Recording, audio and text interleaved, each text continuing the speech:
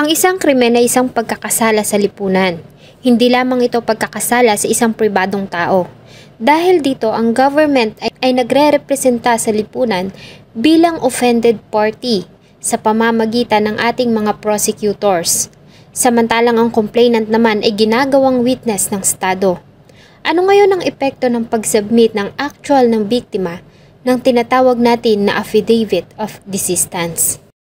Ang affidavit of desistance ay isang nasusulat na pahayag ng isang private complainant na hindi na ito interesadong ituloy ang kanyang reklamo laban sa isang tao. Hindi na rin ito tutulong sa prosecutor upang ireklamo ang suspect. Ngunit hindi ibig sabihin nito na madidismiss na ang kaso dahil witness lamang ang private complainant sa isang kasong kriminal. Maaari itong ituloy ng walang paglahok ng private complainant. Nasa prosecutor o huwes na lamang kung i-dismiss ang kaso. Isa pa sa mga naging controversial na kaso na pinag-usapan at pinagpiyastahan ng publiko noon ay ang naging aligasyon ni Pepsi Paloma sa sikat na mga TV host na sila Vic Soto, Joey De Leon at Richie De Horsey. Mas lalo pa nga itong naging controversial nang pumasok at mamagitan ang nakatatandang kapatid ni Vic na si Tito Soto na naging Vice Mayor noon ng Quezon City, naging Senator at nailik pa bilang Senate President. Samahan niyo po akong balikan ang naging controversial na usapin sa buhay ni Pepsi Paloma para sa kahilingan ng ilan sa ating mga viewer.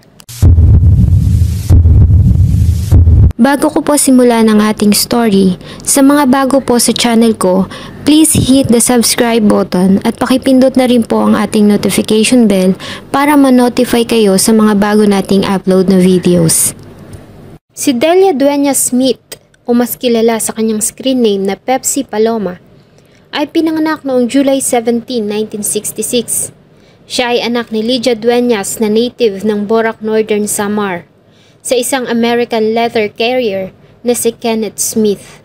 Bata pa lamang si Pepsi ay iniwan na sila ng ama at mag-isa silang tinaguyod ng kanyang ina.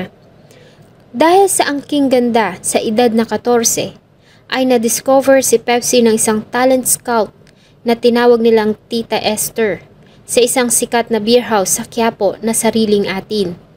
Pinakilala nito ang isang masayahin, masigla at mabait na dalagita sa noon ay kilalang baklang optometrist at talent manager na si Dr. Ray de la Cruz noong 1980. Nang pumasok ang taong 1981, ay unang lumabas si Pepsi sa pelikulang Emmanuel. Una siyang pinakilala sa screen name na Scarlett, ngunit nang tila wala itong dating sa mga manunood, ay pinalitan ito ni Ray de la Cruz ng Pepsi Paloma, matapos na mapabilang sa sikat na grupo na soft drink beauties kasama sila Coca Nicolas at Sarcy Emmanuel. June 21, 1982 ay naging headline ng halos lahat ng pahayagan at pinagpiestahan ng husto ng publiko ang ginawang akusasyon ni Pepsi Paloma laban sa mga sikat na host ng Itbulaga na sila Vic Soto, Joey De Leon at Richie De Horsey. Ayon sa kanya, inimbitahan siya kasama ang isa pang artista na si Guada Guarin na magkaroon ng guest appearance sa comedy show na Iskul Bukol. Matapos ang taping, ayon sa kanila, ay hinaras sila ng 3 komedyante. Ayon kay Pepsi, ay pinunit ng mga ito ang suot niyang damit. Hinawakan siya ni Richie sa 2 kamay sa kanyang likuran para magawa siyang mahalika ni Vic Soto habang kinukuhanan ng larawan ni Joey De Leon sa Broadcast City, ang Television and Radio Broadcast Center sa Diliman, Quezon City. Matapos ang nasabing insidente, ayon sa kanila, ay dinala sila ng mga ito sa Room 210 sa malapit na Sulu Hotel. Ito ay ang paboritong tambayan ng mga TV host dahil sa masarap nitong kape at lumpiang ubod. At dito, ayon kay Pepsi, ay ginawan sila ng mga ito ng hindi katanggap-tanggap na mga bagay na labag sa kanilang kalooban. Nang mga panahon na yon ay 15 taon pa lamang si Pepsi. Para makapagsampa ng kaso dito sa ating bansa, ay hindi ka lamang maaaring mag-rely sa government prosecutors. Kailangan mong mag-hire ng isang private prosecutor o kung hindi ang kaso ay madidismiss for lack of prosecution. Kaya naman ay lumapit si Pepsi Paloma at Guadaguarin sa noon ay Defense Secretary na si Juan Ponce Enrile at nirefer sila nito sa kanyang senior partner sa ACCRA Law Office na si Attorney Rene Cayetano, ang ama ng ngayon ay Senator na si Pia Cayetano. At ito ay nag-offer sa kanila ng kanyang pro bono service. Ngunit habang inaayos ni Attorney Rene Cayetano ang mga kakailanganin para sa formal na complaint, ay biglang nawala si Pepsi Paloma. Ang kaso ng pagkawala ni Pepsi Paloma ay na-assign kay Colonel Rolando Abadilla at noon ay kapitan pa lamang na si Panfilo Lacson ng Metrocom Intelligence Security Group. Sa kanilang ginawang paghahanap ay nagawa nilang ma-rescue ang dalagita sa kamay ni Bienvenido Mendoza o mas kilala sa alias nito na Ben Ulo. Si Ben Ulo ay kilalang main enforcer ng Castelo Clan na kamag-anak ng mga Soto sa side ng kanilang ina. Si Ben Ulo ay nasentensyahan ng habang buhay na pagkakakulong noong June 15, 1983 dahil sa kasong pagpatay nito kay Manuel P. Monroy, ang prosecution witness laban sa noon ay Secretary of National Defense na si Oscar Castillo, ang uncle ni Vic Soto at Tito Soto. Ngunit sa kabila ng pagkakaaresto ay walang record na nagpapakita na nasampahan ito ng kaso tungkol sa ginawa nitong pagdukot kay Pepsi Paloma. August 30, 1982, sa ginawang preliminary arraignment sa Quezon City Fiscal's Office, ay naging usapan ang suot ni Joey De Leon na t-shirt na may nakatatak na Coke is it tea. September 29, 1982, sa isang magazine interview, ay naglabas ng pahayag si Tito Soto. Ayon sa kanya ay sila Pepsi at Guadaguarin umano ang unang lumapit sa mga TV host pagkatapos ng taping ng School Bukol. Ayon sa kanya ay humiling ang mga ito ng souvenir photos habang nakahalik sa mga host. Ayon sa kanya ay nasa dressing room siya ng mga oras na yon dahil sa nagpapamasahe siya. Ayon kay Tito Soto, sa isang larawan ay makikita na nakasuot ang kanyang nakababatang kapatid na si Vic ng sunglasses habang hinahalikan si Pepsi habang nakahawak ang dalaga sa kanyang dibdib. Isa pang larawan umano ay makikita si Joey na hinahalikan si Pepsi habang tila naman kumakawala ang dalagita. Ayon sa kanya ay may laman umano kasi bubblegum ang bibig nito at gusto nitong tanggalin. Ayon din kay Tito Soto ay imposible umano na magawa nilang punitin ang suot nitong blouse na gawa sa maong. At kung totoo umano na ginawa nga ng tatlo na punitin ang suot na damit sa Broadcast City, ay bakit umano sumunod pa ang mga ito sa Sulu Hotel? Noong mga panahong yon, kung mapapatunayan na nagkasala sa kaso na isinampa laban sa kanila, ay maaari silang mapatawa ng pinakamataas na parusang kamatayan, tulad ng nangyari kay Maggie de la Riva. Kaya naman pumagitna na ang nakatatandang kapatid ni Vic na si Tito Soto. Ayon sa report, ay nakipag-usap ito kay Pepsi Paloma para pumirma ng affidavit of desistance.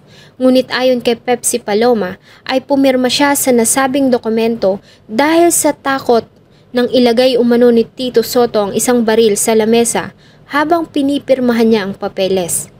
Pero may mga lumabas din na report na ina ni Pepsi Paloma ang pumirma sa nasabing affidavit of desistance on her behalf dahil sa minor de edad pa noon ang dalaga. Nagulat na lamang ang mga taong sumusubaybay sa kaso nang maglabas ng pahayag si Pepsi Paloma noong September 1982 kung saan ay iniurong nito ang demanda laban kay Vic Soto, Joey De Leon at Richie De Horsey. Sa pagharap ng sexy star sa mga reporters, ay sinabi nitong may mga taong gusto lamang pagkakitaan ang mga sikat na TV host sa gawa-gawang istorya. Walang pagkakasala ang mga nakademanda at ako'y pinilit lamang ng mga taong may pagnanais na kumita sa pamamagitan ng maling publisidad. Kasunod nito, sa kabila ng ginawa nilang pagtanggi sa nangyari, ay naglabas ng public apology ang tatlong host habang nakaluhod sa harap ng live TV. At sa isang article na naipublish noong October 13, 1982, at dahil nga sa pinirmahan niyang affidavit of desistance, ang kaso ay hindi na nakarating sa hukuman. Matapos sa mga pangyayari ay hindi na hiniwalayan si Pepsi ng mga controversies. Dahil makalipas lamang ang isang taon, ay naharap ito sa kasong obscenity case matapos na mahuli ng PC Criminal Investigation Services habang nasa kaligitnaan ng malaswang pagsasayaw nang isagawa nilang raid sa Paulet Theater sa Baliwag, Bulacan. Iniwan din ito ang manager na si Ray de la Cruz at sumama sa kanyang nobyo na si Roy Rustan na nakatira sa Makati, kung saan ay nagkaroon ng usap-usapan na nagpalaglag ito at nasangkot pa sa hindi magandang gawain at bisyo. Nang muli itong bumalik sa manager noong 1983, ay sobrang payat nito at maputla, kaya naman ay nakumpay nito sa isang private clinic.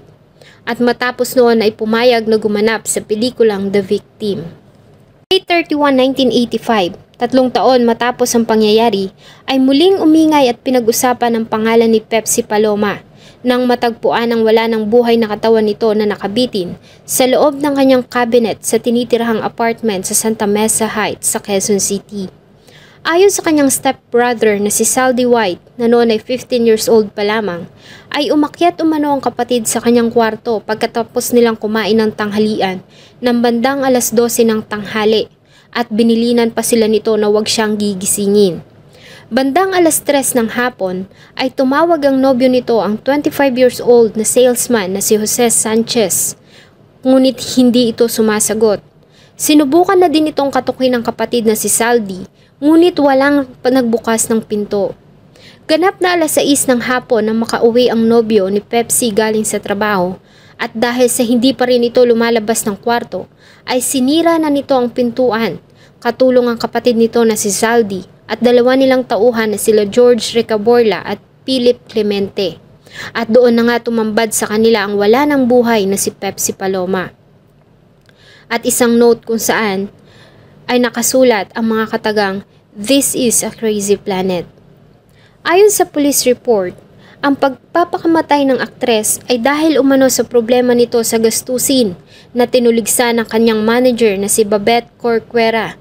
Ayon sa kanya, ay fully booked ito sa kanyang dancing performances at katatapos lamang umano nito ng kanyang The Pepsi Paloma Show sa Bughaw at 10 pang mga establishment.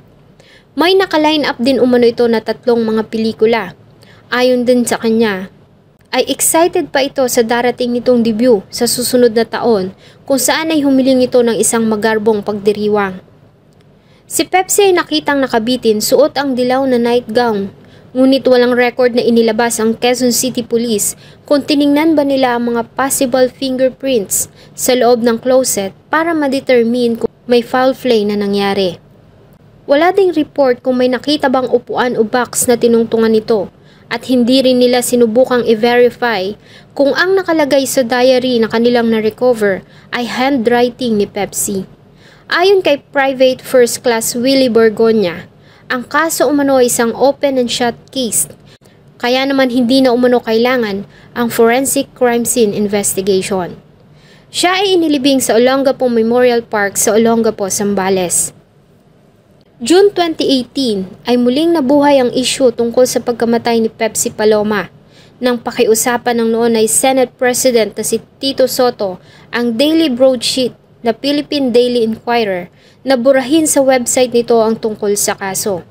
Kabilang na dito ang istorya na isinulat ni Rodel Rudiz at Totel de Jesus. Paliwanag ng senador, ang mga artikel ay nakakaapekto sa kanyang reputasyon, lalo na nga umunot ang mga nasabing article ay nagmula sa well-trusted company tulad ng Inquirer.net. Ang nasabing pakiusap ay pinagbigyan naman ng Inquirer. Samantala, isa pang entity mula sa kilalang pop culture ang bumuhay sa kaso ni Pepsi Paloma. Ito ay ang sikat na grupo ng Eraserheads nang ilabas nito ang pop rock classic na Espolarium. Naging usap-usapan kasi ang mga lyrics ng kanta na anong isinulat ni Enting at Joey Jan sa Gintong Salamin. Di na mabasa pagkat merong nagbura. Marami ang nagsasabi na ang tinutukoy sa kanta ay may kinalaman pa rin sa kaso ni Pepsi Paloma. Subalit sa isang panayam sa frontman nito at lead vocalist na si Eli Buendia, nang tanungin tungkol sa nasabing kantang Espolarium ay sinagot lamang nito ng mga katagang, dadalhin ko ang sikreto sa aking libingan. Ngunit kung titignan mong mabuti, kung may nagdala man ng sikreto hanggang libingan ay si Pepsi Paloma yon. Bagay! Pag hindi natin sila nakita, edi hanapin na lang natin yung mga taong kinukwento sa atin ni Chuigna. Sana po ay nagustuhan niyo ang kwento na akin pong ibinahagi. Marami pong salamat sa patuloy na pagtangkilik na akin pong mga videos. Huwag niyo din pong kalimutang mag-iwan ng inyong saloobin at suggestion sa atin pong comment section. Thank you so much po and see you in my next video.